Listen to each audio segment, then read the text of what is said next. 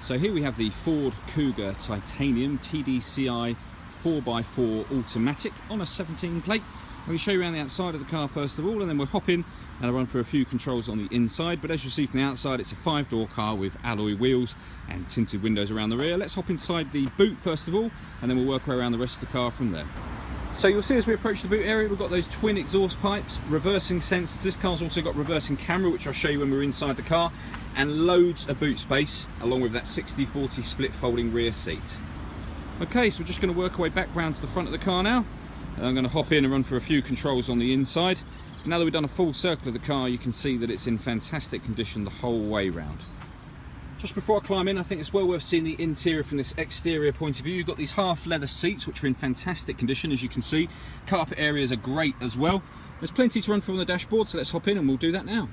Okay, so we're going to start with the dials. On the left hand side we've got the rev counter, on the right hand side the speedometer, and then at the bottom in the middle we've got the fuel gauge and oil temperature gauge.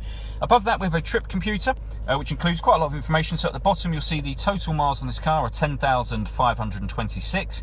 To the right of that it will show you what gear we're in, and then above that we can change it so that we've got various different bits of fuel economy information, as well as a digital readout for the speedometer, which is just there. That's quite handy, but there's a lot of pieces of information there that you'll find useful, I'm sure. If we back out to the steering wheel, on the left hand side we've got the arrows I was using a moment ago to adjust those trip computer bits. We've got cruise control and speed limiter. Then we've got stereo controls as well as voice activation for the phone in the middle there. So hit that button, ask it to dial someone in your contacts list, and it will do that for you without you having to touch your phone. Obviously that's once you've paired it up. The pairing it up all happens up here. So this is all touchscreen. To add a phone you'd hit add device just there and follow the instructions on the screen. Once you pair a phone, not only can you make and receive phone calls, but you can stream music wirelessly via Bluetooth as well.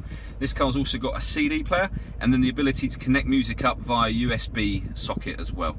And on top of that you've got DAB digital radio, which you can see at the top, FM and AM radio, and on the left hand screen the car's got satellite navigation as well.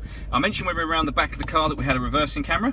If you pop it in reverse, you can see that camera just there with the guidelines kind of shown onto the floor, so you can see which direction the car is headed in as well. And as you can see, it's a lovely clear camera. So with that and the parking sensors, it's a really easy car to park. Above that we have the CD player. Then working our way down, we've got the volume and what have you for the stereo, and then dual zone climate control just here. So you adjust the temperature independently on the left and right hand sides of the car. Fan speed up or down just there, and then simply hit that button to turn the air conditioning on, or hit that button for auto and the car will maintain those temperatures for you. You've also got a heated front screen just there as well. To the left of the gear lever we've got this button. This turns off the stop and start. So this car's designed to cut out in traffic to save you fuel. You can turn that off should you wish to. We then have the fully automatic gearbox, a 12-volt charging socket with the electronic handbrake, and then all the way back in the central armrest we've got a couple of USB inputs, which I mentioned before. All that leaves me to say is thank you for taking the time to watch this video. If you'd like to come and see the car in person and have a test drive, feel free to call any of our MJA sites. We'd love to hear from you soon.